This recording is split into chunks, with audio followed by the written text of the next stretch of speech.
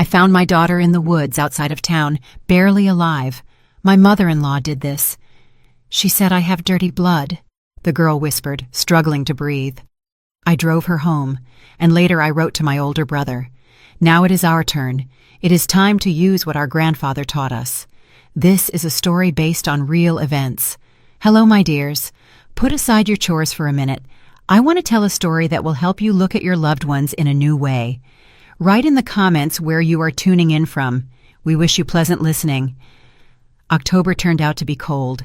The dampness penetrated everywhere, creeping under my jacket, forcing me to wrap myself in an old wool scarf. I was returning from the farmer's market, where I had bought the last apples of the season for jam. My old Chevy, a faithful assistant for 15 years, hummed with effort on the broken dirt road. In the thick twilight of the autumn evening, the road was barely visible, but I knew every pothole, every turn. These places had been my home all my life. I am Ruby Vance, a widow, a mother, and a grandmother. Many people in our county know me. I worked as a nurse at the rural hospital and retired 5 years ago. Now I tend to my garden, bake pies for my grandchildren, and make preserves for the winter. The ordinary life of an ordinary woman. Although people rarely called me ordinary. With my black hair, hardly touched by gray, even at 56, my dark skin, and my deep, dark eyes, I always stood out here in the rural backwoods. Bad blood, they whispered behind my back, sometimes with admiration, more often with caution. And they were right. My grandmother was a proud black woman who married a white man, my grandfather, against her family's will. This story was passed down in the family like a legend about a great love that conquered prejudice. The phone in my jacket pocket erupted with a shrill ring, making me startle. It was an old push-button device, reliable, with a powerful battery that didn't fail even in freezing temperatures. An unfamiliar number flashed on the screen. Hello? I pressed the phone to my ear, slowing down on a particularly bumpy stretch. Ruby Vance? A male voice, unfamiliar, out of breath. Yes, that's me. You need to come urgently. The woods behind the old quarry. Do you know where that is? My heart skipped a beat. I'm Sam, a hunter. I live across the river. I found your daughter. She's in bad shape. Very bad. She has her ID on her. Your number is listed as an emergency contact. The ground fell out from under my feet. I braked sharply. The car skidded on the wet clay. What's wrong with her? What happened? Beaten badly. She's conscious but barely speaking. I called 911, but it'll take them a long time to get out here. Hurry. I turned the Chevy around right in the middle of the road, almost driving into the ditch. My hands were shaking, but my head was working clearly. The old quarry. That was about 7 miles north along a logging road. Only one thing was spinning in my head. Olivia, my baby girl, just hold on. My daughter is 32 years old. Beautiful, smart, stubborn. At 24, she married Gavin, the heir to a large construction company. She moved to the state capital, into a luxurious mansion. She rarely called, and visited even less. She always answered my questions about her life evasively. Everything is fine, Mom, don't worry. And I pretended to believe her, although my mother's heart sensed it. Not everything was smooth in her golden cage. The road to the quarry wound between thinning aspens and birches. The car shook over the potholes. I could barely manage the steering, but I didn't slow down. Thoughts raced through my head. Who could have beaten Olivia? A robbery? It couldn't be. Gavin always seemed calm, polite. True, his mother, Lucille Sterling, looked at me like empty space and viewed our family and our race as a stain she wanted to wipe off her precious son. Around the bend, the old quarry appeared, an abandoned sandy pit overgrown with young pines. A battered pickup truck stood on the shoulder with its doors open. A middle-aged man in a camouflage jacket was shifting from foot to foot nearby. I braked, jumped out of the car, forgetting to turn off the engine. "Where is she?" My voice cracked. "There." He waved his hand toward the tree line. "About 100 yards. I put my jacket under her and left a thermos of tea. I wanted to carry her, but I was afraid. What if there are fractures?" I rushed in the indicated direction. My feet got stuck in the soil soaked after the rain. Branches whipped my face. I stumbled, fell, got up, and ran again. Something light appeared between the trees. At first, I didn't recognize her. Her hair was matted with blood and dirt, her face swollen. There was a huge bruise under her eye. Her light coat from an expensive designer had turned into dirty rags. She lay on her side, curled up, just as she did in childhood when she was sick. "Olivia, baby." I dropped to my knees beside her, afraid to touch. She opened her eyes slightly. One was almost completely swollen shut. The other looked cloudy, unfocused. Her lips trembled in a weak smile, immediately replaced by a grimace of pain. "Mom, I'm here, honey, I'm here." I gently stroked her head, avoiding the obvious injuries. "The ambulance is already coming. Just hold on, little one." She tried to sit up, but groaned in pain. I noticed one arm was twisted unnaturally, a fracture, without a doubt. Who did this? My voice sounded unexpectedly firm. She licked her split lips and coughed. I helped her take a sip from the thermos the hunter had left. The warm tea seemed to give her strength. "Lucille Sterling," she whispered so quietly I could barely hear. "Your mother-in-law?" I couldn't believe my ears. Olivia nodded, wincing in pain. "She said my dirty blood, a disgrace to their family." Something snapped inside me. A rage I had never experienced before flooded my entire being. I knew Lucille despised us, despised black people. But to beat a defenseless woman, her own daughter-in-law? "Mom." Olivia grabbed my hand. "No hospital. They have people everywhere. Home." "What are you saying, honey? You need medical help." "No." There was panic in her eyes. "He will cover for her. Gavin is always on her side." I froze. Her husband wouldn't protect her from his own mother. But this was madness. Then I remembered Grandpa Nick, my father's father. A Vietnam vet, a man with an iron will and a piercing gaze. He often said, "Ruby, if a situation seems insane, look for what isn't visible on the surface." At that moment, the wail of a siren was heard somewhere in the distance. The ambulance. I had to decide immediately. What happened, Olivia? Why did she do this? My daughter swallowed, wincing from pain. "I found documents in Gavin's safe. She's stealing money from the charity foundation, millions meant for sick children." Every word was difficult for her. I asked her directly. She turned pale, then suggested we drive out of town to look at a new plot of land, said she would explain everything. The picture was gradually coming together. Olivia had discovered something compromising, likely by accident. And Lucille Sterling, the director of a large charity foundation, a respected lady in the city, decided to get rid of an inconvenient witness. By whose hands? Mercenaries or herself? "Herself," Olivia whispered, as if reading my thoughts. "She drove me here in her SUV, said it didn't matter. No one would believe me, not with my background." The siren was getting closer. The medics would be here soon. The right thing would be to send my daughter to the hospital, call the police, file a report. But if her husband's family really had such connections, if he was on his mother's side, they could silence Olivia forever. The decision came instantly, as if a switch flipped in my head. "Did the hunter see who brought you?" I asked. "No, she left. She thought I would die here from the cold and injuries." I got to my feet and ran back to the road. The hunter was still there, smoking, leaning against his truck. "Sam, right?" I approached him. "Did you see who dropped her off?" "No." He shook his head. "I was hunting mushrooms. Stumbled upon her by accident. It was already getting dark." "Listen." I spoke quickly, afraid the ambulance would arrive before I could explain everything. "My daughter is in danger. This is a family matter. I'm taking her home. I'll provide aid myself. I'm a medic." He frowned, looking at me doubtfully. "Lady, she needs serious help. She might have internal injuries." "I know." I lowered my voice. "Her mother-in-law did this. She has connections everywhere, including the hospital. If Olivia ends up there, they will silence her, or worse." His eyes widened in surprise, then understanding appeared in them. "You want me to?" "Tell the medics it was a false alarm, that you made a mistake, and I'll take my daughter." He looked at me for a long time, then nodded. "I feel you aren't lying, but if she gets worse..." I'm a nurse with 30 years of experience, I repeated, and I am a mother. He nodded once more, then started brushing off his jacket. Go to your daughter. I'll handle the ambulance. I squeezed his hand in a silent thank you and ran back to Olivia. The wail of the siren was becoming louder. Let's go, honey. I carefully helped her sit up.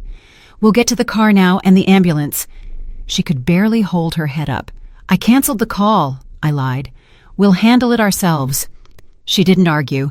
I gently helped her up, threw her healthy arm over my shoulder. Olivia groaned in pain but moved forward, leaning on me.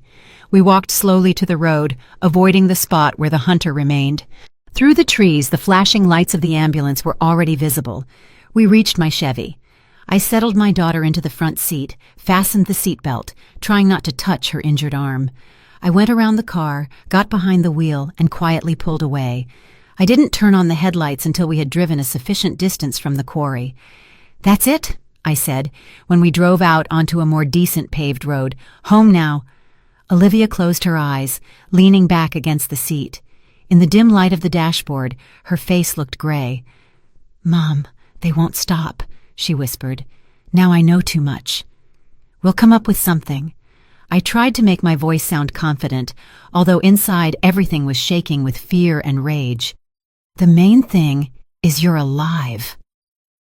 Olivia suddenly grabbed my hand, forcing me to loosen my grip on the steering wheel for a moment. Mom, I have proof, she said unexpectedly firmly. The documents? I managed to photograph them on my phone before we drove off. My heart leaped. Where is the phone? In my bag. She didn't take it. Apparently she decided it would look like a robbery. I nodded. My thoughts were working with crystal clarity. We needed to hide Olivia where they wouldn't look for her, treat her wounds, contact someone who could help deal with this situation. An image floated up in my memory immediately. Marcus, my older brother. Ex-military, just like our grandfather. Tough. A man of few words, reliable as a rock. He lived in the neighboring county, worked for a private security firm, and unlike me, hadn't lost touch with the skills Grandpa had taught us. Olivia, I turned to my daughter, you have to tell me everything from the beginning, but first, we will contact Uncle Marcus. Remember him? She nodded weakly. The one who taught me to shoot a slingshot. Exactly. I tried to smile. He will help us. We drove in the dark along deserted country roads. Ahead was my house, wooden, old but sturdy, and in the attic, under a layer of dust, stood a trunk that my brother and I had brought after Grandpa died. A trunk with things that might prove more useful than I had thought all these years. I took out my phone and, without slowing down, typed a message to my brother. Marcus, need your help. Remember what Grandpa Nick taught us? Now is our turn. We reached my house on the outskirts of the village when night had finally taken over. The stars spilled out onto the sky, bright and cold. The October air smelled of decaying leaves and the first frosts. The old log house met us with silence. I helped Olivia out of the car, almost carrying her onto the porch. She could barely move her legs, but held on stoically. My girl had always been strong. In childhood, falling off a bicycle, she would get up silently, wipe her knees, and ride on. But now even she was struggling. Just a moment, honey, just a moment. I sat her on the sofa in the living room and rushed to the fireplace. It was chilly in the house. I had left in the morning and hadn't had time to heat it. I skillfully started a fire with prepared wood chips and birch logs. Soon the fire crackled merrily, casting reflections on my daughter's pale face. Let's look at your wounds, I said, turning on the table lamp. In the bright light, Olivia looked even worse. The bruise under her eye was rapidly turning black. Her lip was split, a deep scratch on her cheek. I carefully helped her take off her coat. Every movement caused her to groan. Under her thin blouse, bruises were visible. Her right arm hung limply. Fracture, I stated, gently palpating the wrist. Most likely simple, without displacement. Need to immobilize it. My first aid kit had everything necessary. 30 years working as a nurse weren't for nothing. I treated all visible wounds with antiseptic, applied a splint to her wrist, gave her painkillers and anti-inflammatories. "Thank you, Mom," Olivia whispered when I finished. "You always know what to do." I smiled bitterly. Did I? My only daughter lay before me, beaten, broken, and the enemy wasn't some street thug, but a powerful businesswoman with massive connections. What could I oppose against her money and influence? The phone, I remembered. You mentioned evidence. Olivia pointed to her bag, expensive leather with gold hardware. Inside, I found the latest model iPhone in a cracked case. The screen, fortunately, was intact. "Code 1989, Olivia said. "The year you moved into this house." I unlocked the phone, involuntarily noting that for her password she chose a date important to both of us. Despite the luxurious life in her husband's mansion, she hadn't forgotten her roots. "Gallery," she prompted. "Folder documents for Gavin." I found the folder. Dozens of photos of accounting reports, payment orders, contracts. At first glance, ordinary business papers, but I understood that Olivia had seen something important in them, something for which Lucille Sterling had taken such a risk. "Explain what's here," I asked, sitting down next to my daughter. "The Hope Foundation," Olivia began quietly. "Lucille is its director and founder. Every year, tens of millions of dollars pass through the foundation for the treatment of sick children, for supporting nursing homes, for building playgrounds. Everything official, everything transparent." She paused to sip water from the cup I handed her. 2 weeks ago, Gavin asked me to help with documents for the Foundation's annual report. He's on the board of trustees, but honestly, never really looked into it. Just signed where his mom pointed. I nodded. That was in Gavin's spirit. Handsome, charming, but an absolutely spineless man, living his whole life at his mother's direction. I started going through the documents and noticed something strange. Large sums, from 5 to 15 million, were regularly transferred to accounts of firms with names like Consulting Inc., or Business Analytics for consulting services, legal support, analytics. But there were no detailed reports on these services, and when I looked for information on the firms themselves, shell companies, I guessed, created for money laundering. Exactly. Olivia nodded. I checked the databases. They were all registered shortly before receiving money from the foundation. The founders, people with lost passports, deceased, or completely unaware of their participation. Classic straw men. And the money? The money went to accounts in offshore zones. "And you asked your mother-in-law about this?" I shook my head. "Olivia, didn't you realize how dangerous that was?" "I realized." She smiled weakly with broken lips. But I decided to give her a chance to explain. I'm a member of the family, after all. Thought maybe there was some reasonable explanation. I sighed. My naive, kind girl always believed in the best in people, even when the evidence spoke to the contrary. "And what did she say?" "Nothing." Olivia grimaced in pain. At first she turned pale, then pulled herself together. Said I misunderstood everything. That it was a complex financial scheme for tax optimization, completely legal, and then suggested we drive out of town. Said she would explain everything in detail, without prying ears. "And you went?" "Yes." She lowered her eyes. Stupid, right? But I thought she was still my husband's mother, the grandmother of my future child. I froze. "You." Olivia nodded, covering her stomach with her healthy hand. 12 weeks. We hadn't told anyone yet, wanted to wait for the second trimester. Gavin was so happy. My heart squeezed with pain and rage. Lucille Sterling beat a pregnant woman, her own daughter-in-law, who was carrying her grandchild, and all because of money. She knew about the baby? Yes. Olivia swallowed. I told her in the car. I thought it would stop her. But she laughed, said that with my dirty blood I have no place in their family, that my child would spoil their impeccable lineage. I closed my eyes to hold back tears of rage. My grandmother, despite the color of her skin and the prejudice she faced, was a highly educated woman, played the piano, and raised a family of patriots. And this arrogant upstart. She stopped the car near the woods, Olivia continued in a quiet voice. Said she wanted to show me the plot they were buying. We got out, and then I didn't even have time to understand what was happening.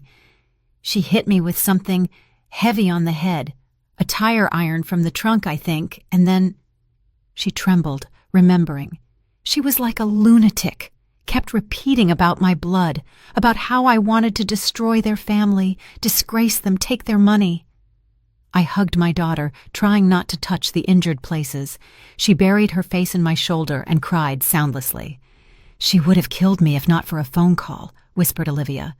Someone called her. She got distracted, started saying she was already coming, that everything was in order, and then just got in the car and left me to die from the cold and wounds. The phone in my pocket vibrated, a message from my brother. Leaving now. We'll be there by morning. Don't call anyone. Turn off the phones. They can track them. I felt a surge of relief. Marcus was always a reliable rear guard. If anyone knew what to do in such a situation, it was him. Your phone needs to be turned off, I told Olivia. And mine too, in the car. She suddenly remembered. Under the seat. Gavin insisted on repairing your Chevy at their service center 3 months ago. They could have... I understood immediately. A tracker. They had been watching me all this time. Wait here. I got up and headed for the door. Outside, it had gotten even colder. The stars seemed especially bright in the moonless sky. I crouched down near the car, shined the flashlight from my phone under the chassis, and indeed, a small black box attached to the frame under the driver's seat. I ripped it off, examined it. A professional GPS tracker. Returning to the house, I put the device on the table. You were right, I told my daughter. They were watching me. They know where you live. Olivia tried to sit up straighter but winced in pain. We need to leave here. I shook my head. No, that would be logical, but that's what they expect. We will stay here. Marcus will arrive soon, and we will decide what to do next. I took the battery out of Olivia's mobile, then turned off my phone as well. We could no longer be tracked. In the meantime, I walked over to the old dresser and pulled out the bottom drawer. We'll need this. From under a stack of old sweaters, I pulled out a worn holster with a pistol. My grandfather's service 1911, which he had officially registered back in the day. I kept the permit current, although I hadn't taken the weapon out once in all these years. Do you know how? Olivia opened her eyes wide. Yes. I checked the magazine, the safety. Grandpa taught me, and Marcus refreshed my skills a couple of years ago. I placed the pistol on the table next to the tracker, 2 symbols of our new situation. We were prey, but prey that could fight back. Olivia leaned back on the pillows I had placed behind her back. Her face was exhausted, but something new appeared in her eyes, not just fear, but determination. We need a plan, she said. I have the documents, but that's not enough. They can deny everything. Say I forged them or misinterpreted them. Marcus will help. I sat down next to her. He knows people who have access to databases. If we can trace the movement of money, it's not that simple. Olivia shook her head. The scheme is complex. Shell companies, offshore accounts. It takes time and resources we don't have. Then we'll have to act differently. I looked thoughtfully out the window. Behind the glass, the darkness thickened, becoming almost tangible. Somewhere out there, 100 miles away, in a luxurious mansion on the riverbank, sat a woman who tried to kill my daughter, who despised us for our race, who thought she could go unpunished thanks to money and connections. Tell me everything you know about Lucille Sterling, I asked, about her habits, fears, weaknesses. Why? Olivia shuddered. You're not going to... No, I shook my head. We won't stoop to her level, but we need to understand who we are dealing with. Olivia looked at me for a long time, then nodded. She fears exposure more than anything in the world, she began. Her reputation is her god. The charity foundation, social projects, interviews in glossy magazines. It's all her way of showing herself in a certain light. In reality... What about her husband, your father-in-law? Arthur Sterling. Olivia laughed joylessly. A big businessman, head of a holding company. In public, a model family man, father, and husband. In reality, he lives separately, has a mistress younger than me, and never interferes in his wife's affairs, provided she doesn't create problems for the business. And Gavin, your husband? Olivia's face twisted with pain, and I realized it wasn't a physical injury. Mom, he loves me, honestly, but he will always be on his mother's side. He grew fused with her by an umbilical cord that no one cut. He's 40 years old, and he still calls her to find out what tie to wear to a meeting. I squeezed her healthy hand. Is that why you don't want to go back? Yes. She lowered her eyes. If I end up in the hospital, Gavin will take me home, and there Lucille will finish what she started, and no one will stop her. A heavy sigh escaped my chest. My girl had fallen into a golden cage from which she could not escape now. We need to turn to someone Lucille can't silence, I said, thinking aloud. Someone she fears or cannot control. Olivia thought for a moment, then her eyes widened. Arthur Sterling, she whispered. Her husband. She can do whatever she wants as long as it doesn't harm the business. But if a scandal with the foundation surfaces, it will hit the holding company's reputation, I picked up, and then he will intervene. Yes, Olivia nodded. He's not the most pleasant person, but he's a pragmatist. If choosing between his wife and business, he will choose business, I finished. Good thought. But how to get to him? Surely he's surrounded by security and secretaries. I have his personal number. Olivia smiled weakly. Gavin called him in front of me once. I memorized it. Never thought it would come in handy. I nodded. The plan was beginning to take shape. But first, let's wait for Marcus. I looked at the clock. He had another 6 hours to drive. You need to rest. I helped my daughter lie down more comfortably, adjusted the pillows. Her eyelids were growing heavy. The effect of painkillers and the tension of the last few hours was taking its toll. Mom. She caught my hand as I was about to leave the room. Thank you. For what, daughter? For not asking why I married such a weakling. She smiled bitterly. For not saying, I warned you. I leaned over and kissed her forehead. We all make mistakes, honey. The main thing is to fix them before it's too late. When she fell asleep, I went out onto the porch. The night was cold and clear. The stars, bright and dispassionate, looked at me from above. Somewhere in the distance, a dog barked. I inhaled the frosty air deeply.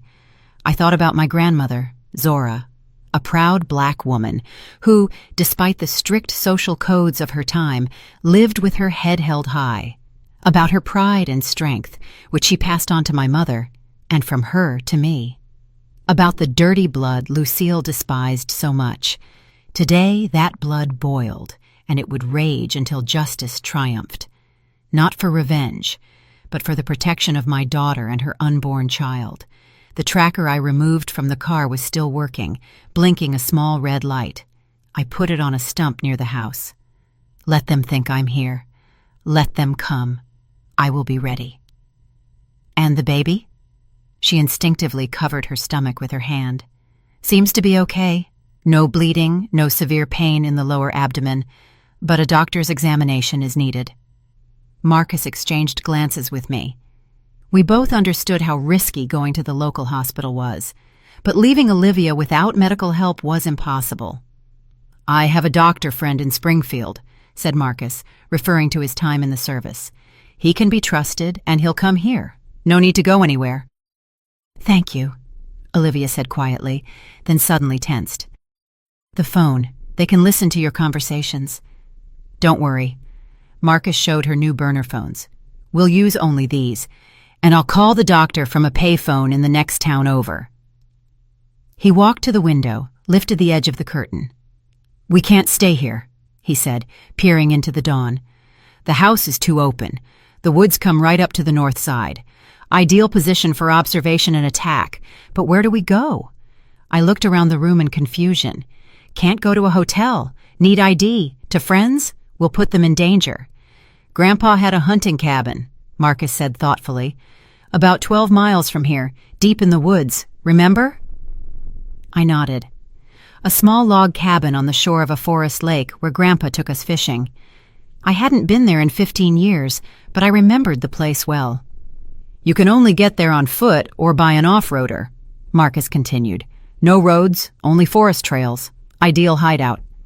"But, Olivia, she won't be able to walk." "We'll take your Chevy," he decided.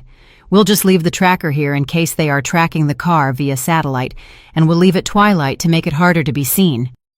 I agreed. The plan was risky, but logical. The cabin was far from civilization. No one would look for us there. "What about the evidence?" asked Olivia. "The foundation documents?" Marcus sat down next to her and carefully studied the photos on the phone. "Impressive," he admitted. "But you're right. This isn't enough. We need confirmation from independent sources, bank statements, registry data, confirmation of the shell company's activity." "Do you have access to such things?" Olivia asked hopefully. Marcus smiled mysteriously. "Not me, but I know people who do, former squad mates who now work in structures with access to databases. For a certain fee, they can help." "How much do you need?" I was already calculating how much money I had saved up. "Don't worry about the money." Marcus waved it off. "I have savings, and this is an investment in our family's future." He took a laptop out of his bag and turned it on. "Offline," he explained. "Doesn't connect to the internet directly. Safe." While Marcus worked, I attended to Olivia, helped her wash up, changed bandages, prepared a light breakfast. Her condition was stable, but the bruises had acquired a gruesome purple-green hue. Looking at my daughter's battered face was physically painful. "Mom," she said quietly when we were alone in the kitchen, "I'm scared." "I know, honey." I gently hugged her. "But we'll handle it. We always have." "Not for myself." She shook her head. "For the baby. And because of you. Lucille won't stop. She has too much to lose if the truth comes out. That's exactly why we must act quickly." I squeezed her hand resolutely. Marcus worked all day, calling, writing, analyzing information. He went out a couple of times to call from a payphone. He returned with news. "Doc Wallace will come tomorrow morning," he reported. "In the meantime, there's something interesting." He spread out printouts he had brought with him on the table. "The Hope Foundation has existed for 7 years," he began. "During this time, about $300 million passed through it. Most of it from large corporations that reduce their taxable base this way. Seems legal. Money goes to charity, companies get tax breaks, and a positive image." "But in reality?" I asked. "In reality, about 60% of the funds go nowhere." Marcus pointed to a diagram he had drawn. "Shell companies, fake contracts, inflated estimates, classic money laundering scheme." "And no one noticed for 7 years?" I couldn't believe it. "Someone noticed," Marcus said grimly. 2 years ago, a journalist started an investigation. A month later, he got into a car accident, miraculously survived, but is now paralyzed. The investigation naturally stopped." Olivia turned even paler. "I didn't know." "How could you know?" Marcus shrugged. "They didn't write about it in the papers. Information from private sources." "So what now?" I asked. "Go to the police with this data?" Marcus shook his head. "Useless. The family has too much influence. The report will get lost, evidence will disappear, and you'll be in even greater danger." "Then what?" I was starting to lose patience. "The plan remains the same," said Marcus firmly. "We go directly to Arthur Sterling, but now we'll have more trump cards." He pointed to the laptop screen. "My friends found something else interesting. Besides the charity foundation, Lucille has accounts in foreign banks. The amounts are impressive, about 2 million euros. The origin of this money is dubious." "Does her husband know?" asked Olivia. "Judging by everything, no." Marcus shook his head. "The accounts are opened in Lucille's maiden name, carefully masked, but my guys found them." "So she's not just stealing from the foundation," I said thoughtfully. "She's also hiding money from her husband, preparing a golden parachute." "Looks like it," Marcus agreed. "And this fact might be decisive. Arthur Sterling might turn a blind eye to fraud with the foundation. After all, it's donors' money, not his. But personal betrayal, he won't forgive. Exactly, Olivia finished for him. He's a man of the old school. For him, family is primarily a business partnership. Loyalty is above all. Evening was falling. We were preparing for departure. Marcus checked the car, made sure the tracker was securely fastened to the stump by the house. I packed the essentials, warm clothes, medicines, food. Olivia was silent and focused. "Time to go," Marcus said when it got dark outside. "I'll drive. You both get in the back seat. Duck down when we drive through the village." We left the house. The air was cold, smelling of pine resin and approaching snow. I helped Olivia into the car, covered her with a blanket. Marcus checked the pistol I gave him and hid it under his jacket. "Everything will be fine," he said, starting the engine. "Grandpa didn't teach us survival for nothing." The Chevy quietly moved off. We didn't turn on the headlights until we hit the logging road. I looked back at the house that had been my refuge for so many years. Now it looked lonely and vulnerable. When we had driven a couple of miles, the sound of a helicopter engine was heard in the distance. Marcus instantly pulled off the road and killed the engine. "Get down," he commanded. We froze, listening to the night. The helicopter was approaching. Its searchlight slid over the treetops. They were looking for us. "They wouldn't use a helicopter," whispered Olivia. "Too noticeable. It's probably the National Guard or something."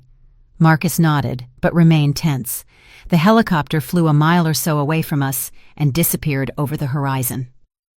"Let's go," Marcus said, starting the engine again. "The hardest part starts soon." The road was getting worse. The Chevy bounced over roots and bumps, climbing deeper into the woods. Olivia winced in pain with every jolt, but didn't complain. "Just a little more," Marcus encouraged her.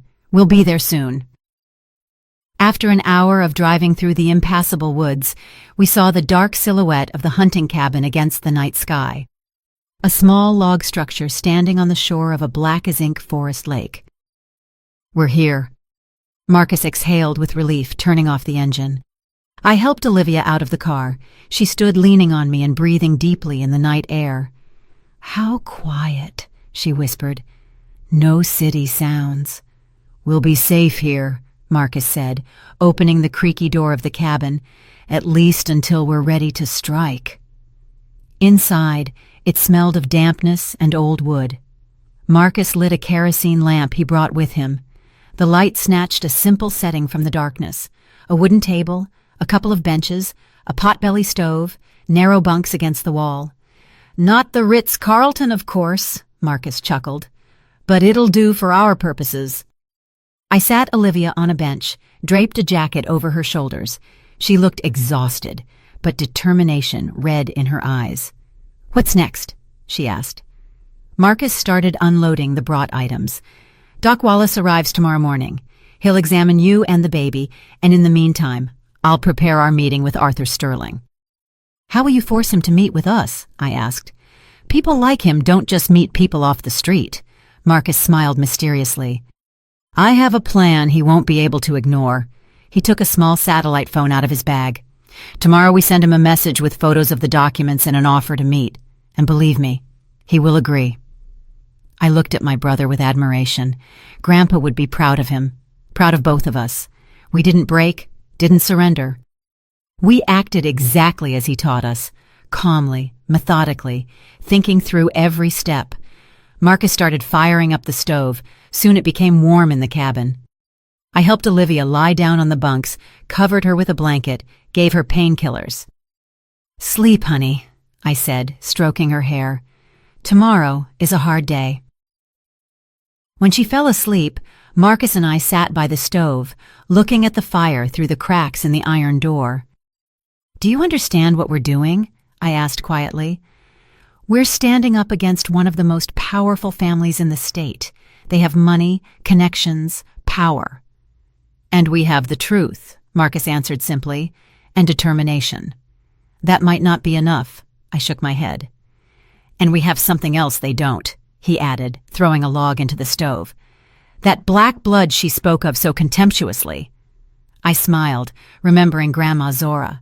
Her pride, her resilience, her ability to survive where others gave up. "You know, I think Grandpa didn't marry a black woman by accident," Marcus said thoughtfully. "He, a soldier, a man of the system, chose a woman who had to live knowing the system wasn't built for her, evading the hate, finding loopholes where others saw solid walls." "Do you think that blood really means something?" I asked.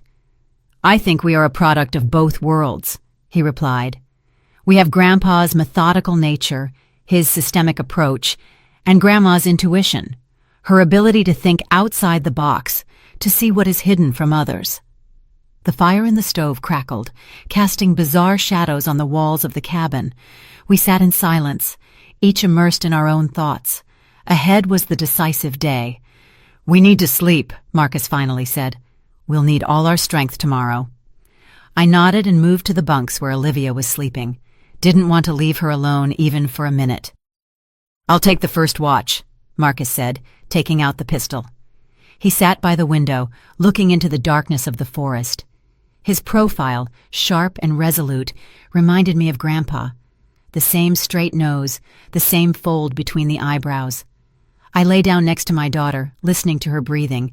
She slept restlessly, sometimes starting and moaning quietly. "Everything will be fine," I promised her mentally. "We will protect you and the baby, whatever the cost."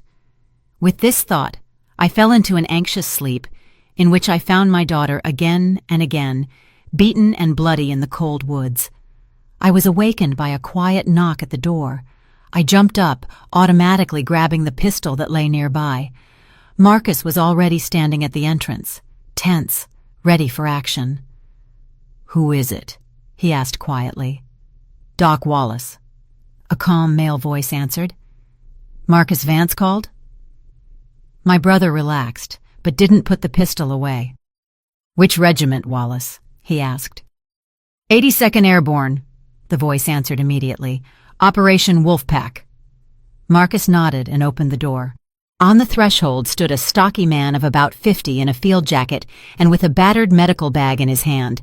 His gray hair was cut short, and his face was furrowed with wrinkles of a man who had seen a lot.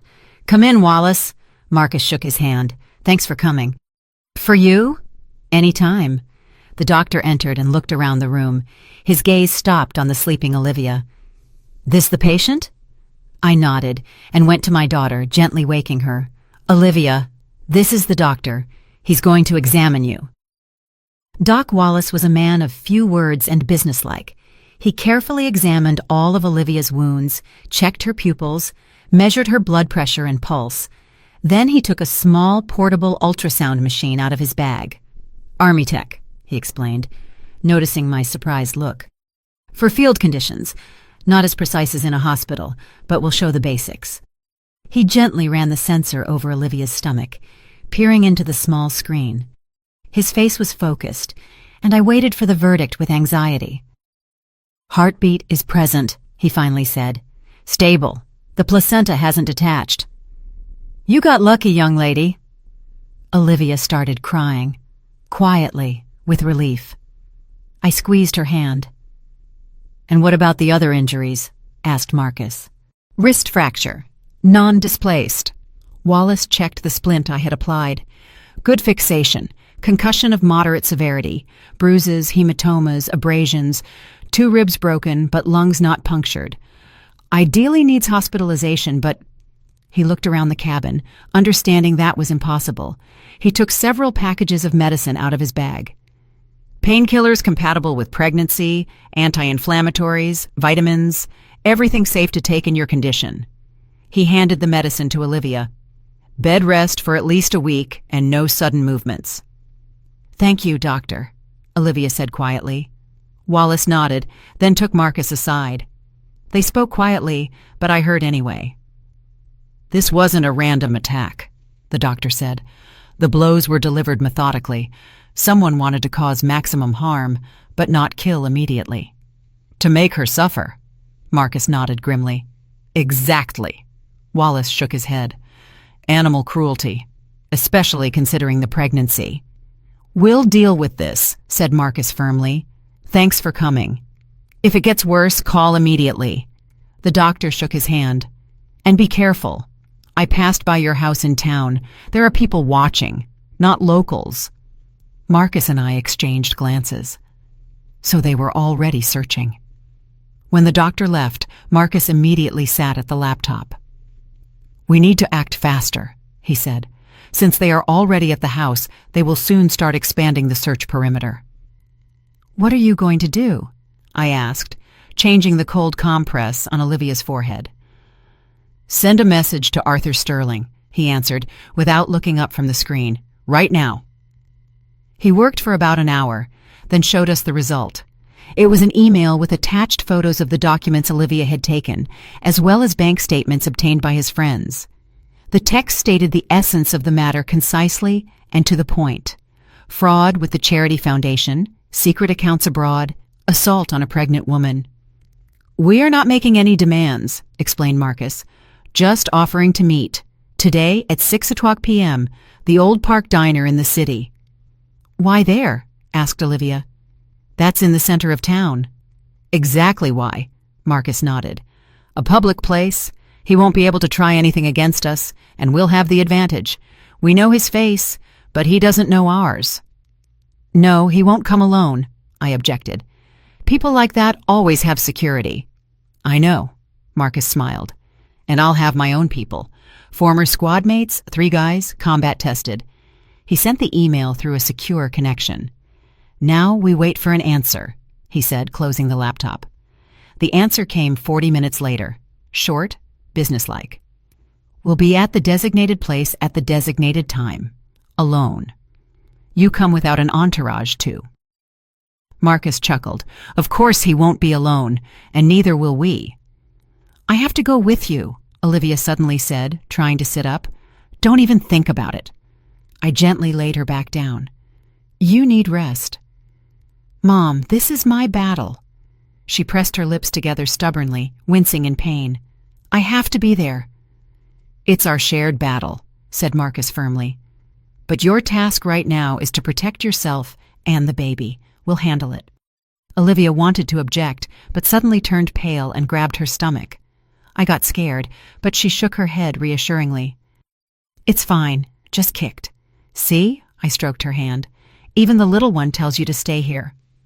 By noon, Marcus left again. Needed to meet with friends, discuss the action plan.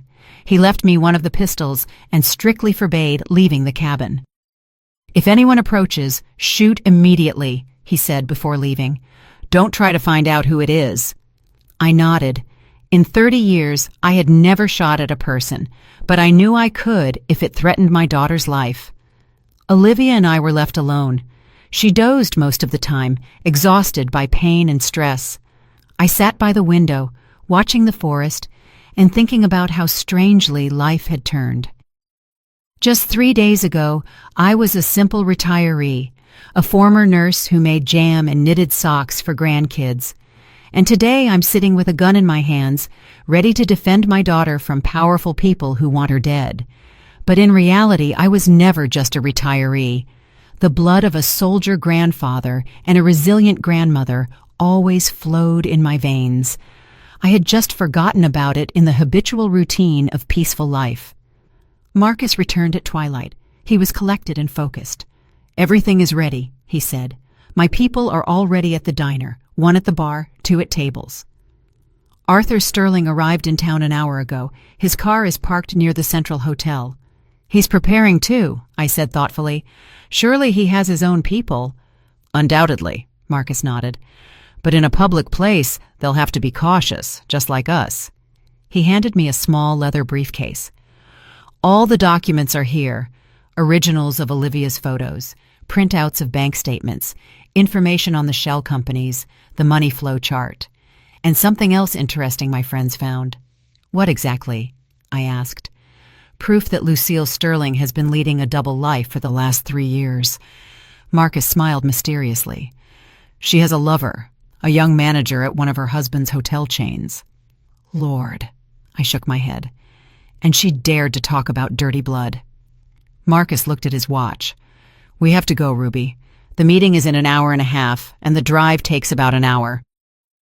I walked over to Olivia, who woke up and watched our preparations with anxiety. We'll handle it. I kissed her forehead. Everything will be fine. Be careful, she whispered. These people, they aren't used to losing. Neither are we, said Marcus firmly. Neither are we. We went outside. The evening was cold, with a light fog creeping over the lake. Ideal weather for our mission. Visibility limited, but not enough to be dangerous. In the car, Marcus checked the pistol one more time, then handed me a small box. What is this? I opened it and saw a tiny earpiece. Radio transmitter, he explained. My guys will be in touch with us. I'll hear them. You'll hear me. If something goes wrong, I'll say the code word sunset. That means leave immediately. I inserted the earpiece and adjusted my scarf to hide it. And if help is needed? The word sunrise, he answered. And they intervene immediately. The road to the city was deserted. We drove in silence, each immersed in our thoughts. I thought about my daughter left alone in the forest cabin.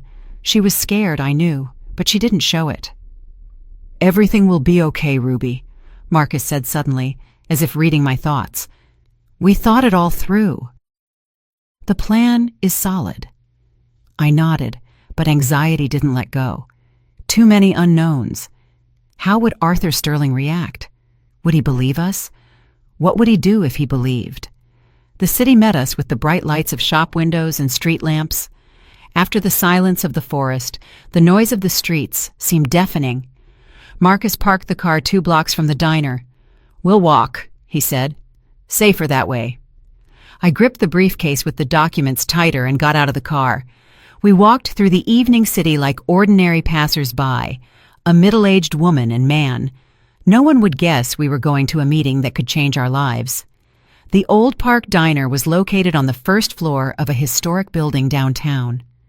A cozy place with dimmed lights and quiet music. We entered 15 minutes before the appointed time. He's already here, Marcus whispered to me, at the corner table, alone. But his people are at the neighboring tables. I discreetly scanned the room. I recognized Arthur Sterling immediately, a tall, stately man with a strong face and silver temples. He sat thoughtfully stirring his coffee and looked completely calm. Only the whitened knuckles of his fingers betrayed his tension. I'll go first, said Marcus. You approach in a minute. He confidently headed toward Arthur Sterling's table. I saw the man tense up when a stranger approached him. 2 bodyguards at the next table also leaned forward, but Marcus simply sat opposite and said something quietly. I gave them a minute, then walked over and sat next to my brother. Good evening, Mr. Sterling, I said calmly. Thank you for agreeing to meet. He looked at me closely. In his cold gray eyes, there was neither hostility nor benevolence, only calculating business interest. You claim my wife tried to kill your daughter, he said without preamble. That is a serious accusation. Do you have proof? I took the photos of the beaten Olivia out of the briefcase and placed them before him. This is my daughter, your daughter-in-law. She is pregnant with your grandchild. His face twitched when he saw the photos, but he quickly pulled himself together. This is terrible, he said in an even voice. But what makes you think Lucille did this? Marcus took out a voice recorder and played the recording.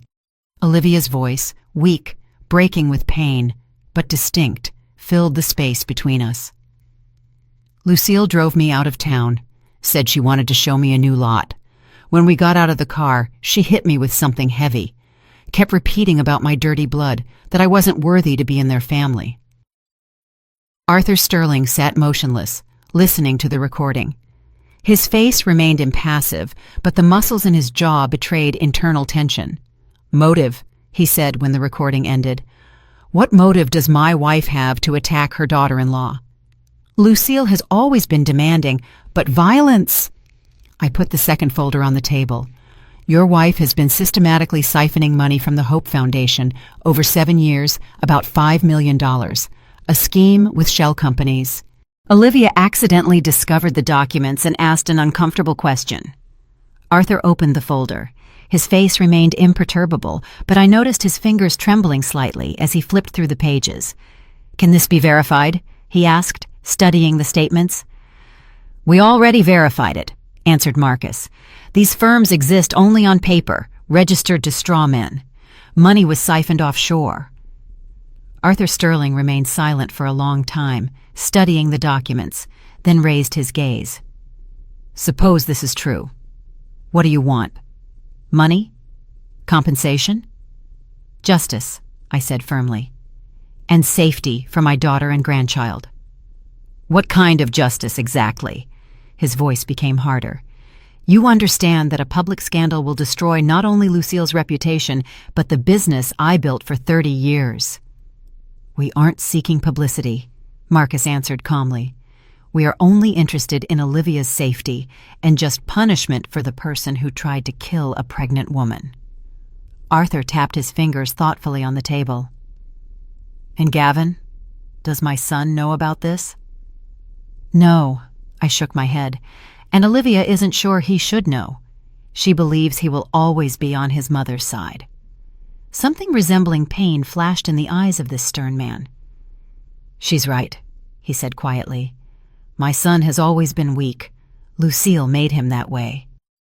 He fell silent again, immersed in his thoughts, then abruptly looked up. "You have something else, don't you?" His voice was quiet, but steel rang in it. "Otherwise, you wouldn't have dared such a meeting." Marcus nodded and took out the third folder. "Your wife is leading a double life, Mr. Sterling. She's having an affair with Paul Nichols, the manager of your Riviera Hotel, for 3 years now, and money from the foundation partially went to their joint account in the Cayman Islands. It was a low blow, and we knew it. But we had no choice. We needed to hit him where it hurt so he would take our side." Arthur took the folder with trembling hands. Inside were photos of Lucille and a young man in a restaurant, leaving a hotel, at the airport, and bank statements confirming the joint account. His face turned to stone. He closed the folder and put it on the table. "What do you want?" he asked dully. "Specifically," I leaned toward him, looking him straight in the eyes. "Official divorce for Olivia and Gavin with decent compensation, a guarantee of safety for my daughter and future grandchild, and that Lucille never approaches them again." "And in return, complete silence," Marcus answered. "No police reports, no contact with the press, no public accusations. Everything stays between us." Arthur Sterling looked at us for a long time, as if assessing our resolve. Then he nodded. "I agree, with one condition. I will deal with Lucille myself in my own way." Marcus and I exchanged glances. "You won't cause her physical harm?" I asked. Not that I worried about that woman, but I didn't want more blood on our hands. "No," he shook his head, "but she will get what she deserves. Believe me, for Lucille, the loss of status, money, and reputation is scarier than any physical pain." "Then we have a deal." Marcus extended his hand. Arthur shook it after a second of hesitation. "Is Olivia in a safe place right now?" he asked, gathering the documents into one pile. "Yes," I answered, "and she will stay there until everything settles down." "Sensible?" He nodded. "I will contact you in 3 days. By that time, the divorce papers will be ready, and Lucille will cease to be a threat." He stood up, nodded to us, and headed for the exit. The bodyguards immediately rose and followed him. Marcus and I remained at the table, not believing everything went so smoothly. "Do you think he'll keep his word?" I whispered. "I think so," Marcus nodded. "People like Arthur Sterling value their word. It's a question of honor. Besides, a scandal isn't profitable for him." I suddenly felt incredibly tired. The tension of the last days fell on my shoulders all at once. "Let's go home," said Marcus, noticing my state. "Olivia is waiting for news." We left the diner and headed to the car. The city around us lived its usual evening life. People rushed about their business, shop windows glowed, cars drove by. No one suspected that the fate of several families had just been decided. In the car, Marcus contacted his people, made sure we weren't being tailed, and we set off. "You did good, sis," he said when we drove out onto the highway. "Grandpa would be proud of you." "And of you too." I smiled weakly. "I wouldn't have managed without you." "It's our shared victory." He looked focused on the road. "And Olivia's. She showed real courage." I looked out the window at the trees rushing by, black silhouettes against the night sky. Somewhere out there, deep in the woods, my daughter waited. And now I could tell her it was over, that they were safe, she and the baby growing under her heart. Black blood, I said quietly. Lucille despised it so much, but it was that blood that defeated her in the end. Not blood, Marcus objected, but what it gave you. Resilience, wisdom, the ability to survive and protect your loved ones no matter what happens. I nodded. He was right. It wasn't about origin, but about what it taught us. To survive where others give up, to see a way out where others see a dead end, and never retreat when it comes to the lives of those we love. We drove through the night, approaching the forest cabin where our story began. I knew everything would be fine now. Not immediately, not easily, but we would manage. As we always had. A week passed, 7 long days filled with waiting and anxiety. Olivia and I stayed in the forest cabin. Marcus visited regularly, bringing food, medicine, and news. My daughter's condition was gradually improving. The bruises began to fade. The pain in her ribs became less acute. She slept a lot, and when she was awake, she sat by the window looking at the lake and stroking her stomach, as if convincing the baby that everything would be okay. On the 3rd day, just as promised, Arthur Sterling contacted us. Marcus met him in the city and returned with documents, a divorce agreement and compensation, as well as news that took my breath away. Lucille Sterling has disappeared, he said, adding logs to the stove. Officially, she went for treatment at a Swiss clinic. But in reality, I asked, glancing at the sleeping Olivia, Arthur gave her a choice. Marcus spoke quietly, not to wake his niece. Either prison for fraud and attempted murder, or voluntary exile. She chose the latter. He allocated her a small sum, small by his standards, of course, and sent her somewhere in South America with the condition that she never returns and never contacts the family. And her lover? I remembered the young hotel manager. Fired, Marcus shrugged. Arthur Sterling is a tough man. He doesn't forgive betrayal. And how did Gavin react? Does he know what happened? He knows, Marcus sighed. But not the full version. Arthur told him his mother committed financial crimes and had to leave. And the attack on Olivia? Not a word. Fears his son won't handle the full truth. I shook my head. The man who couldn't protect his wife from his own mother now didn't even know the whole truth about what happened. But perhaps it was better for everyone this way. Does he want to see Olivia? I asked. No. Marcus looked at his sleeping niece. Arthur said Gavin took the news of the divorce surprisingly calmly. Seems he long ago resigned himself to the fact that their marriage was a mistake. I didn't know whether to rejoice or be sad about this. On one hand, the lack of resistance facilitated the divorce process. On the other, the ease with which Gavin gave up his pregnant wife spoke poorly of him. And what about the foundation? I asked, remembering where it all started. Arthur personally took charge of it, answered Marcus. Conducted an audit, returned the stolen money, changed the management, is trying to minimize reputational damage. On the 4th day, Doc Wallace came to examine Olivia again. He was pleased with her condition. Bones were knitting, bruises healing, the baby developing normally. In a week she can be moved home, he said, packing his bag, but complete rest for another month. On the 7th day, Marcus arrived with important news. Documents signed, he said, handing Olivia a thick folder. Divorce processed expeditiously thanks to Arthur's connections. Compensation transferred to your account. A sum enough for a comfortable life and the child's education. Olivia held the folder on her lap, hesitating to open it. Is that it? She asked quietly. Is it the end? Almost. Marcus sat down next to her. There's one more thing. Arthur wants to meet with you. My daughter and I exchanged glances. We hadn't expected this. Why? She asked warily. He didn't explain. Marcus shrugged. Said only that it's important and it's not a threat. If you agree, he'll come tomorrow. Alone, no security. Olivia thought, mechanically stroking her stomach, a gesture that had become habitual over these days. Okay, she finally said. I'll meet him. It's the least I can do after everything he's done for us. Arthur Sterling arrived the next day at exactly noon. We heard the sound of an engine, and Marcus went out to meet him, leaving Olivia and me in the cabin. A few minutes later, the door opened, and a tall, gray-haired man appeared on the threshold in a simple, warm coat, no suit, no security, no usual gloss of a powerful businessman. "Hello, Olivia," he said, standing at the threshold as if hesitant to enter further. "Thank you for agreeing to meet." My daughter nodded, gesturing for him to sit. I started to leave to give them privacy, but Arthur stopped me. "Stay, Miss Vance. What I want to say concerns you too." He sat on the bench opposite Olivia, folded his hands on his knees. For the first time, I saw in him not a stern businessman, but simply a tired man crushed by the betrayal of loved ones.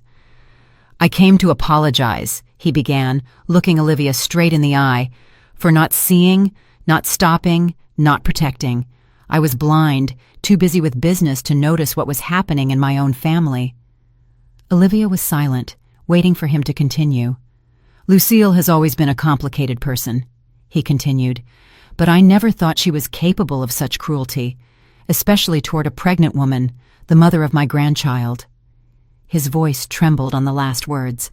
I suddenly realized that for this stern man, impending grandfatherhood meant more than one could imagine. "You aren't to blame, Arthur," Olivia said softly. "You couldn't have known." "I should have." He shook his head. "It's my responsibility." He fell silent, gathering his thoughts, then continued. "I came not only to apologize, I would like, if you allow, to remain in the child's life, to be a grandfather." Olivia raised her eyebrows in surprise. None of us expected this. "I understand.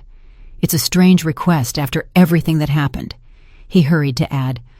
"I'll understand if you refuse, but I'm 65, and this child is my only chance to continue the line. Gavin is unlikely to ever become a father again. He's too weak for a family."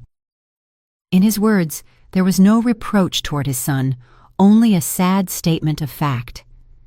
I suddenly felt strange compassion for this man who had spent so many years building an empire to pass on to heirs who didn't justify his hopes. Olivia was silent for a long time, looking out the window at the frozen lake, then turned to her father-in-law. "I won't deprive the child of a grandfather," she said quietly. "You can see him or her, on the condition that Lucille never appears in our life and that Gavin doesn't pretend to be a loving father occasionally." "Of course," Arthur exhaled with relief, "Lucille will never return. And as for Gavin, I'll talk to him. He must make a choice. Either be a real father or don't interfere at all." He paused, then took an envelope out of the inner pocket of his coat. "One more thing," he said, handing it to Olivia.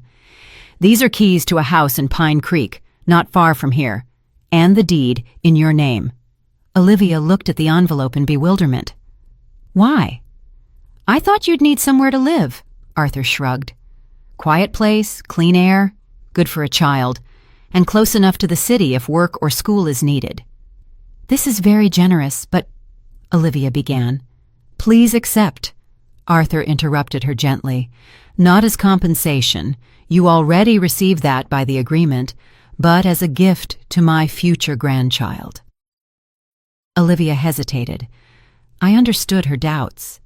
Accepting such an expensive gift from a man whose family was associated with so much pain, but at the same time, this house could become a real shelter for her and the baby, a new beginning. "Okay," she finally said. "I accept. Thank you." Arthur nodded, then unexpectedly reached out and lightly touched her stomach. "Boy or girl?" he asked, with unusual softness in his voice. "Don't know yet." Olivia smiled weakly. "It'll be a surprise." "In our family, boys are usually born," he said thoughtfully. "But maybe you're—" What did Lucille call it? "Dirty blood? Maybe it will change the tradition." In his words, there was no contempt or mockery, rather sincere curiosity. "My grandmother was Zora Vance," I said, deciding to join the conversation. A smart, strong black woman who commanded respect in a town that didn't want to give it. She taught me a lot. I see. Arthur looked at me closely. That strength passed to you and your daughter. You know, I've always respected people who can stand up for themselves and their loved ones, regardless of race. He stood up, signaling the visit was over. I won't intrude, he told Olivia. When the baby is born and you feel ready, just call. My number is in the documents. Olivia nodded. Thank you for coming, Arthur. He headed for the door, but stopped on the threshold and turned around. You are a brave woman, Olivia, and you have an amazing mother. Take care of each other. With those words, he left. A minute later, we heard the sound of the car driving away. Olivia sat holding the envelope with the keys to the new house. On her face was a strange mixture of emotions: relief, confusion, hope. What do you think? I asked, sitting down next to her. I don't know, she shook her head. Everything is so tangled. A month ago I had a perfect life. At least I thought so. And now you will have a new life. I hugged her by the shoulders, and it might turn out to be much more real. In the evening, when Olivia fell asleep, Marcus and I sat by the dying fire in the stove. Tomorrow, we were to leave the cabin and move Olivia to her new house. Our forced adventure was coming to an end. Do you think Arthur will keep his word? I asked, looking at the flame. About Lucille and Gavin? Think so. Marcus thoughtfully turned a mug of tea in his hands. He's old school. For people like that, their word is everything. And his sudden attachment to the future grandchild. Genuine? Yes. Marcus shrugged. He's not young. His business is successful, but who to pass it to? His son is weak. His wife turned out to be a traitor. The grandchild is the only hope for continuing his life's work. I nodded. His words made sense. For people like Arthur, family and legacy often become more important than money and power, especially at the sunset of life. What will you do next? I asked my brother. Return to your work in the city? Marcus smiled. Not immediately. First, I'll help you settle in the new house. Then I was offered an interesting position in a security firm, more solid than before. I'll be closer to you. What about your bachelor life? I teased him. You know, he suddenly became serious. This story made me rethink a lot. Family, it's the most important thing we have. Grandpa always said that, and we didn't always listen. He threw a log into the stove, and the flame flared up with new force. Speaking of Grandpa, he said after a silence, remember, he always said our roots are our strength? I nodded. Grandpa often repeated that phrase, especially when other kids teased me for my dark skin. He was right. Marcus watched the fire. If not for his lessons, not for his legacy, I don't know how this would have ended. If not for Grandma's blood, I added. The very thing Lucille considered a flaw turned out to be our strength, the ability to survive, protect our own, find a way out in hopeless situations. To black blood, Marcus raised his mug jokingly. To black blood, I echoed. The next morning, we left the cabin. Marcus helped Olivia into the car. I packed our few belongings. Before leaving, I went out to the shore of the frozen lake and looked at the snow-covered forest for a long time. Here, in this wilderness, away from civilization, we survived the hardest period in our lives. Here my daughter healed from wounds inflicted by a woman who should have become a second mother to her. Here my brother and I remembered Grandpa's lessons and used them to protect our family. And from here, we were leaving as winners.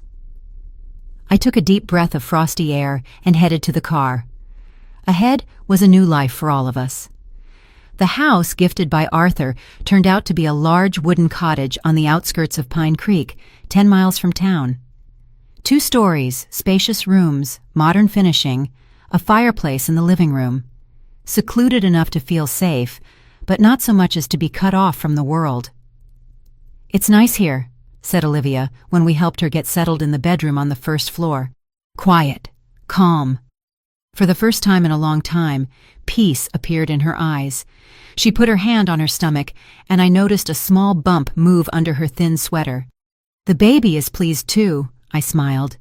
"Yes," she nodded. "I think we'll be happy here." Marcus busied himself with setting up the house, checked the security systems, ordered groceries, helped unpack things. I cooked lunch, glancing out the window at the snow-covered garden. Simple, everyday cares after so many days of tension and fear. In the evening, when Olivia fell asleep, I went out onto the veranda. It was slightly freezing. Stars shone in the dark sky. Somewhere far away, in another part of the world, Lucille Sterling was starting her new life.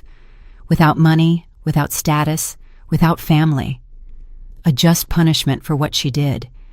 And here, in this quiet corner, my daughter was healing her wounds and preparing to become a mother. And I was nearby, ready to support her on this new path. I suddenly remembered Grandma's words, which she often repeated. "Our roads aren't always straight, but they always lead home."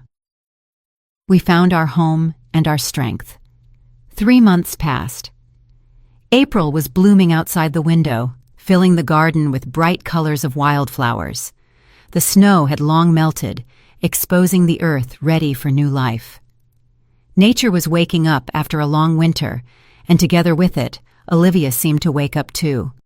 Her physical wounds had healed. The bruises disappeared, the broken bones knit together. Almost no traces of that terrible day remained on her face, but the soul's wounds healed slower. At night she often had nightmares, and I woke up from her quiet crying, rushed to her room, sat nearby, stroked her hair, as in childhood. But the pregnancy was proceeding well.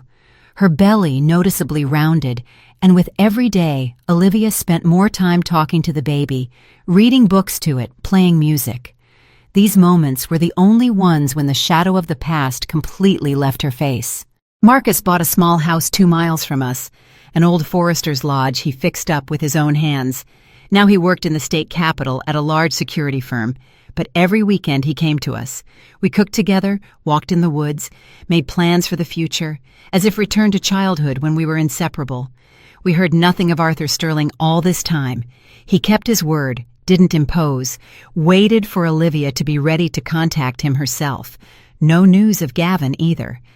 After the divorce, rumor had it he went to Europe, started a new life, and Lucille was not spoken of at all, as if she never existed. Life was gradually improving. Olivia started working remotely. She was a good financial analyst, and her skills turned out to be in demand.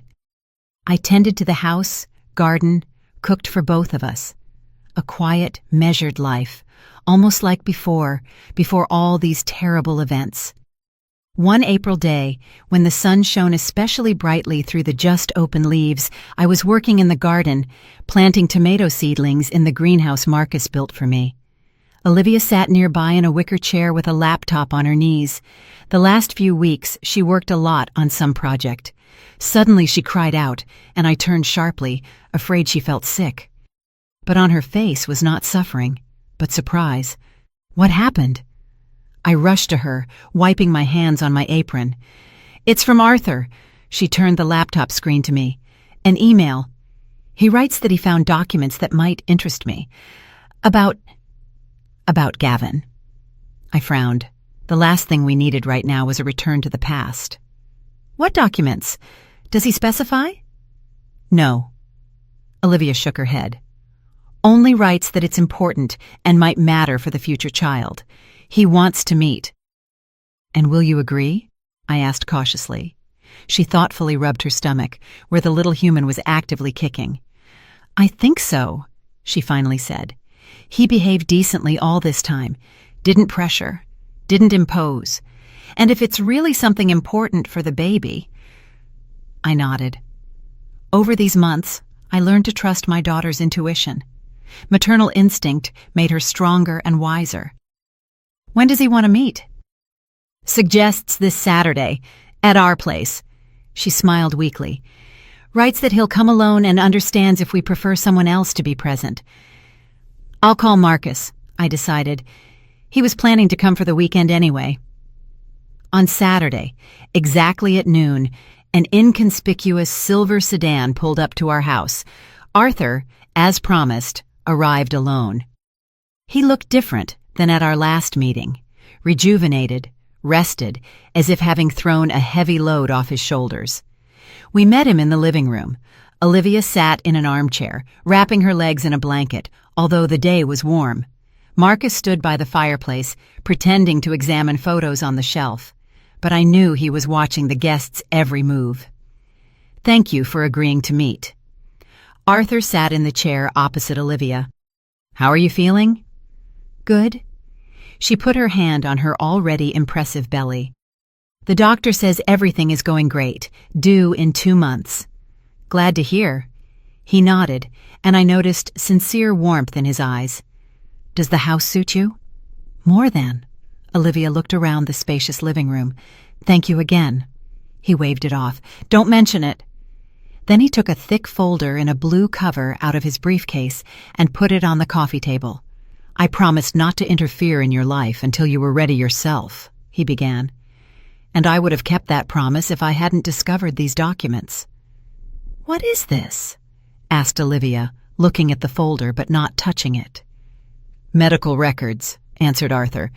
"Gavin's and Lucille's, something I myself didn't know until recently." He opened the folder and took out several sheets with seals and stamps of medical institutions. "When you were pregnant 2 years ago, the first time," he spoke slowly, choosing words, "and lost the baby. It wasn't an accident." Olivia turned pale. I involuntarily leaned forward. What was he talking about? "Lucille was slipping you drugs," Arthur continued, looking straight in Olivia's eyes. "Abortifacients, in tea, in food, systematically over several weeks." I heard Marcus sharply intake air. Olivia froze, her face turned whiter than chalk. How do you know?" she whispered. "I found receipts." He pointed to the documents in the folder. "Prescriptions written to straw men, and then hired a private investigator who talked to your former housekeeper. She confirmed Lucille gave her some powders to add to your food, supposedly vitamins." Olivia covered her face with her hands. Her shoulders shook. I rushed to her, hugged her, pressed her to me. "That's monstrous," said Marcus quietly, "even for her." "Yes," Arthur nodded. "I was shocked when I found out, and decided you should know the truth, especially now, when you're expecting a child." "Why?" Olivia raised her tear-stained face. "Why did she do it?" "Because of the inheritance," he answered. "We have a clause in the family trust.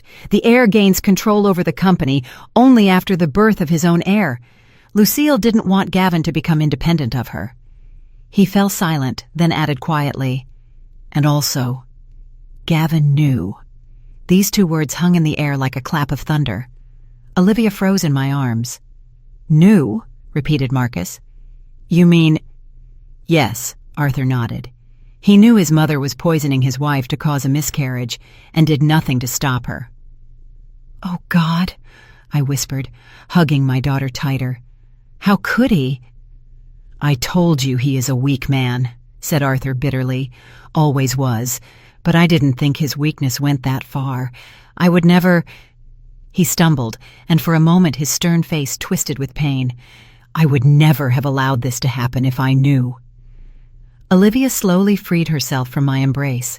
Her face, wet with tears, suddenly became surprisingly calm. "Thank you for telling me," she said quietly. "This explains a lot." She stood up, went to the window. Sunlight outlined her silhouette, emphasizing her round belly. She put both hands on it, as if protecting the child. "I always blamed myself," she said, looking out the window. "Thought I did something wrong, didn't protect it. Doctors said stress, overwork, and it was her, and him." Arthur stood up and approached her, but didn't touch, keeping a distance. "I'm sorry," he said. "So sorry I couldn't protect you then. Didn't see what was happening in my own family." Olivia turned to him, and I saw in her eyes something I hadn't seen for a very long time. Anger. Not despair, not fear, but pure, healthy anger. You aren't to blame, she said firmly. You didn't know, but they... She took a deep breath. They knew, both, and now I know too. She walked over to the table and closed the folder with documents. What do you plan to do with this information? Asked Arthur. Nothing, Olivia shook her head. What can I do? Evidence isn't enough for court. And why? She is already punished, and he will live with this for the rest of his days. She put her hand on her stomach again. I will focus on the future, on my child, on our new life. Arthur nodded. In his eyes flashed something resembling respect. You are a strong woman, Olivia. Stronger than I thought. I have good genes. She threw a glance at me and smiled weakly. Black blood, remember? I remember. He smiled too.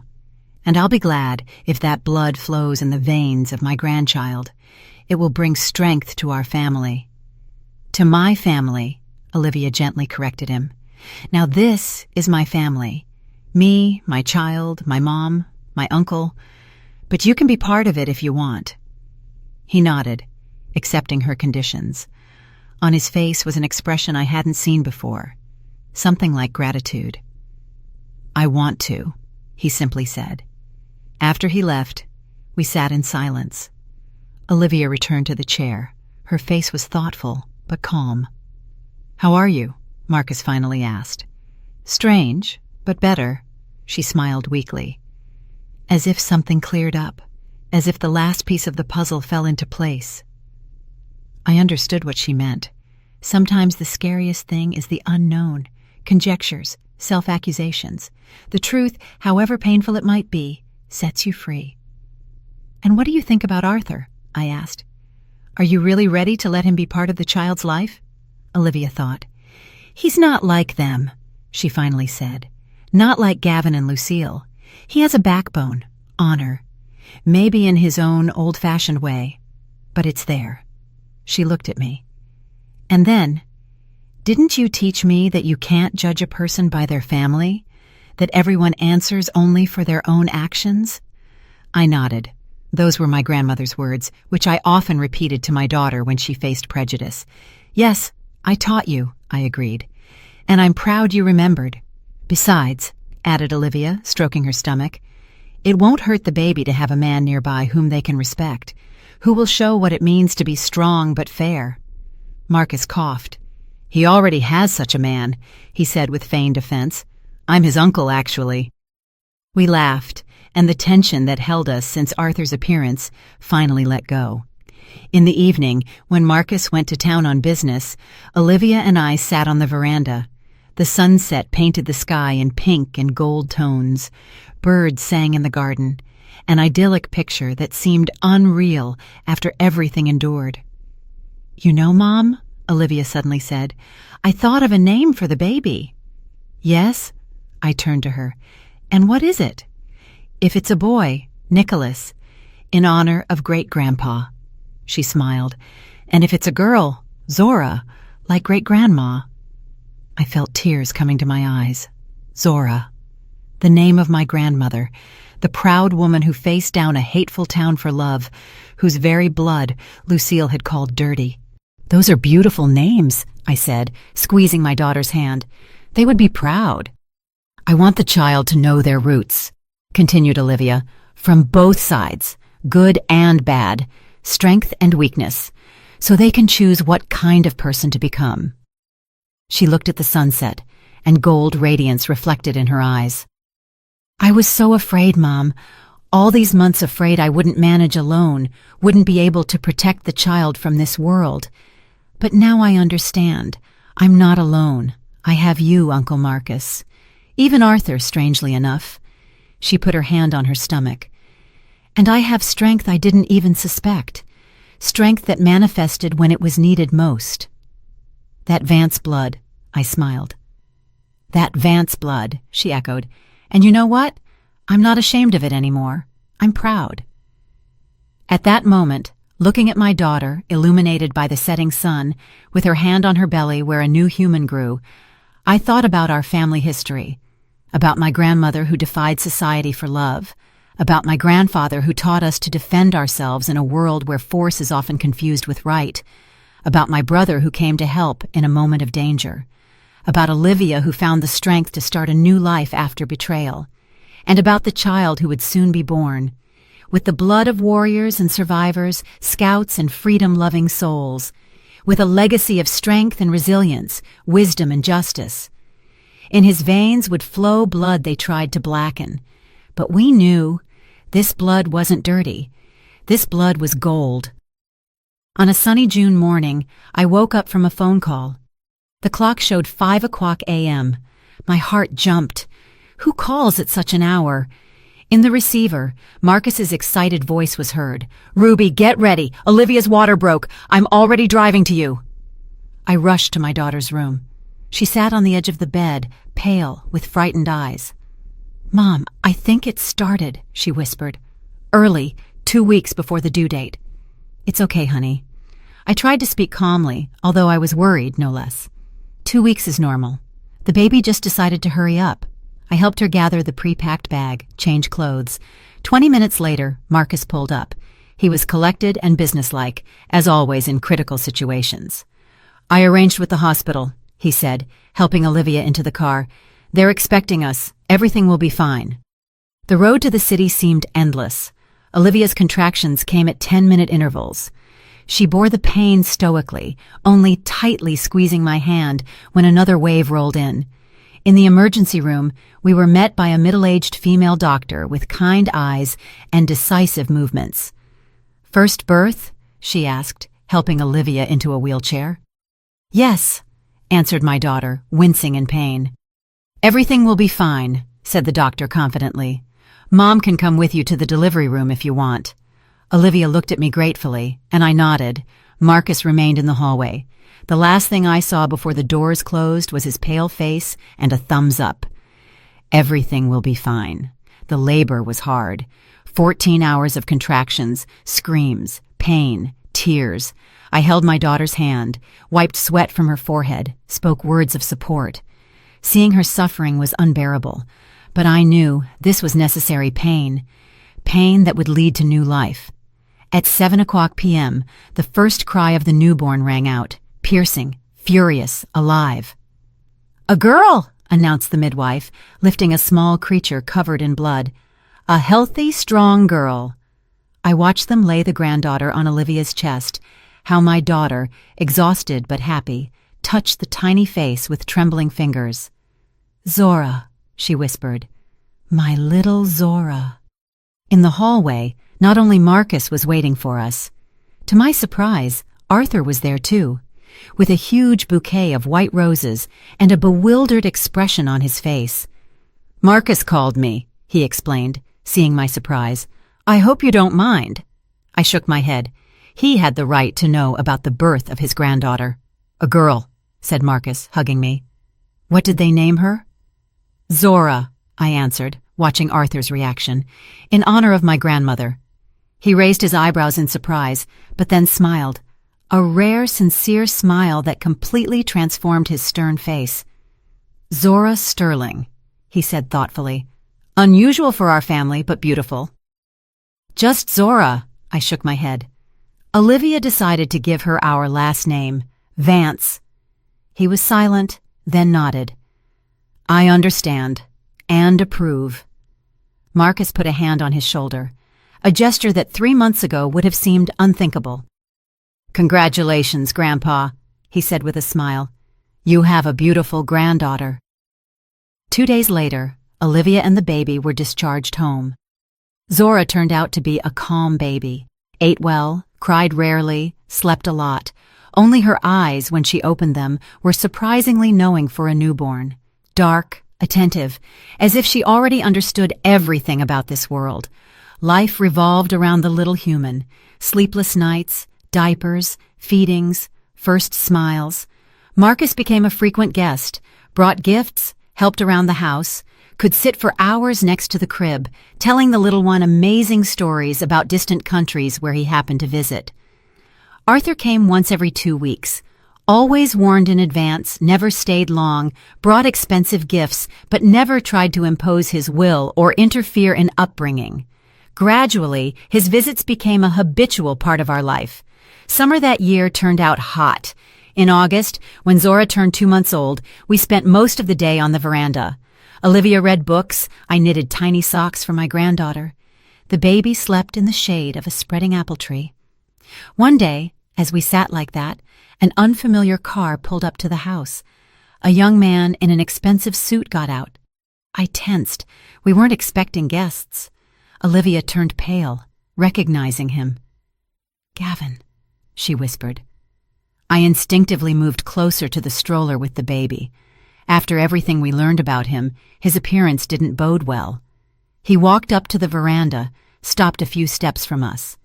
He looked unwell, thinner with circles under his eyes, nervous. "Hello, Olivia," he said quietly. "Miss Vance." "What do you need?" I asked directly, not wasting time on greetings. He winced, but didn't argue. "I wanted to see the child." He nodded toward the stroller.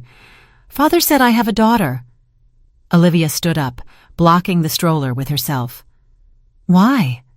Her voice was cold. "What do you care about her?" "I'm her father." He took a step forward but stopped, seeing the expression on Olivia's face. "Father?" She laughed bitterly. "A father protects his children.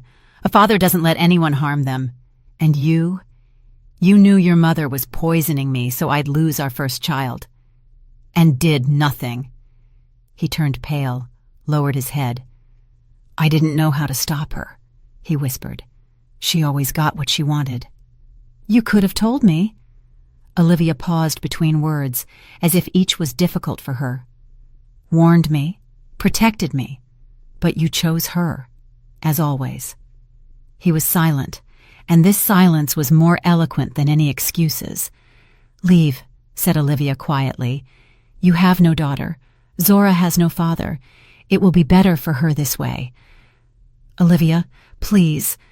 He raised eyes full of tears to her. "I've changed. I don't talk to my mother anymore. I went through therapy. I want to fix mistakes, be part of my child's life." She looked at him for a long time, studying him, then slowly shook her head. "No, Gavin. Too late. Too much pain. I can't trust you with our daughter, and I don't want her to grow up with such an example of a man before her eyes." He clenched his fists, and for a moment I was afraid he would do something irreparable. But then his shoulders slumped, and he nodded. "I understand," he said quietly. "But if you ever change your mind, I'll be waiting." He turned and walked to the car. Olivia watched him go, and in her eyes there was neither hatred nor love, only fatigue and detachment. When the car disappeared around the bend, she sank onto the chair next to me and took my hand. "Did I do the right thing?" she asked quietly. "You did what you thought necessary to protect your child," I answered. "No one has the right to judge you for that." Zora stirred in the stroller, and Olivia leaned over to her, adjusting the blanket. The baby looked at her mother with wide-open eyes, dark as night, like my grandmother Zora's. "You know, Mom," said Olivia thoughtfully, not taking her eyes off her daughter, "I used to always think strength was something loud, heroic deeds, bold decisions, loud words." She stroked Zora's tiny palm, and the baby tightly grasped her finger. "But now I understand that real strength is often quiet. It's daily small decisions. The choice to protect those you love, the ability to start over when it seems life is destroyed." I looked at my daughter, at her calm, confident face, and pride overwhelmed me. She went through betrayal, violence, pain, and came out stronger, wiser, whole. "That's Vance blood," I smiled, repeating the phrase that had turned from an insult into a symbol of strength and resilience for us. "Yes." Olivia lifted Zora into her arms, and now it flows in her, in a new generation, in my daughter, who will never be ashamed of her roots. Autumn arrived unnoticed, coloring the leaves in gold and crimson. Zora grew, becoming more curious and active every day. At 3 months, she already confidently held her head up, followed moving objects with her gaze, smiled when spoken to. Facial features were gradually emerging: high cheekbones, dark eyes, a stubborn little chin. More and more often I noticed in her a resemblance to my grandmother, whose name she bore. One day in late September, when the first frosts were already silvering the grass in the mornings, Arthur arrived. He brought, as usual, gifts. This time a handmade wooden rocking horse that was still too big for Zora. "To grow into," he said, looking tenderly as Olivia fed the baby. "Very soon she'll start walking." We sat in the living room, drank tea with apple pie I baked in the morning. The conversation flowed leisurely, touching on safe topics: the weather, plans for winter, Zora's health. "Gavin came by," Olivia suddenly said, not raising her eyes from her daughter. "A month ago." Arthur tensed. "I didn't know," he said after a pause. "What did he need?" "To see Zora," answered Olivia. "I refused." He nodded, accepting her decision. "He is my son," he said slowly. "But I won't ask you to let him into your life. It's your right to decide." "Thank you," said Olivia quietly. "I appreciate that." She handed the sleeping Zora to me, and I carried the baby to the crib. When I returned, Olivia and Arthur were talking about something serious. "I'm leaving," he said. "To Switzerland. Doctors found heart problems. Need surgery." "For long?" I asked, sitting down next to my daughter. "Don't know." He shrugged. "A month, maybe longer. Everything depends on how the surgery and rehabilitation go." He took a folder with documents out of his briefcase and put it on the table. "I updated my will," he said, looking at Olivia. "Zora is my sole heir. My entire estate, business, real estate, everything will pass to her after my death, and until her coming of age, you will manage these assets as a trustee." Olivia raised her eyebrows in amazement. "But you have a son." "Gavin will receive a fixed allowance," said Arthur firmly. "Enough for a comfortable life, but no more. He proved he is incapable of managing the family business." Olivia shook her head. "I can't accept this. It's too much." "You can, and you will." For the first time in our acquaintance, notes of the former powerful businessman sounded in his voice. "This is not discussed. I made a decision." He softened, seeing the expression on Olivia's face. "Listen, this isn't charity. This is my choice. I want my legacy to continue, for my life's work to pass into reliable hands. I see strength in you that Gavin always lacked. And I know you will raise Zora so she is worthy of this legacy." Olivia was silent for a long time, then slowly nodded. "Okay, but with one condition." "Which?" "I want you to return, alive and healthy. Zora needs a grandfather." His face softened. In his eyes appeared something I had never seen before. Tenderness. "I promise," he said. After he left, Olivia and I sat in silence. The sun was setting, painting the room in golden tones. From the nursery came the quiet breathing of sleeping Zora. "Strange how everything turned out," said Olivia thoughtfully. "A year ago I was afraid of these people, considered them enemies. And now, life is unpredictable." I took her hand. "And people, too. Can't judge a book by its cover, as Grandma used to say." Olivia smiled. "I miss her so much. Pity she can't see her great-granddaughter." "She sees. I was sure of it. And she is proud of you both." From the nursery came a quiet cry. Olivia got up to go to her daughter, but stopped on the threshold and turned to me. "You know, Mom, I'm grateful for everything that happened, even for the pain, for the betrayal, for the fear. Without that, I wouldn't have become who I am now, and I wouldn't have Zora." I watched her walk to her daughter, slender, self-confident, with her head held high.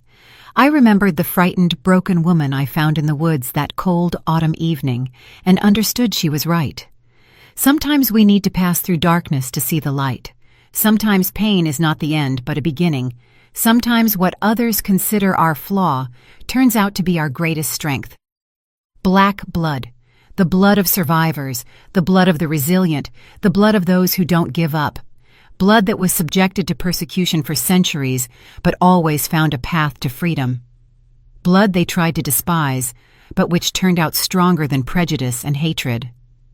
This blood flows in my granddaughter's veins, and it will never be dirty.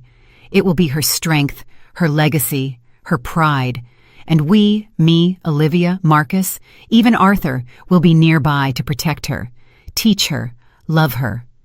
So she never forgets who she is and where she came from. So she always knows, in her veins flows the blood of winners. If you liked the story, hit the thumbs up button and subscribe to the channel. This motivates us to create new and interesting stories every day. Don't miss the new video that you see right now on the main screen. All the best and be happy.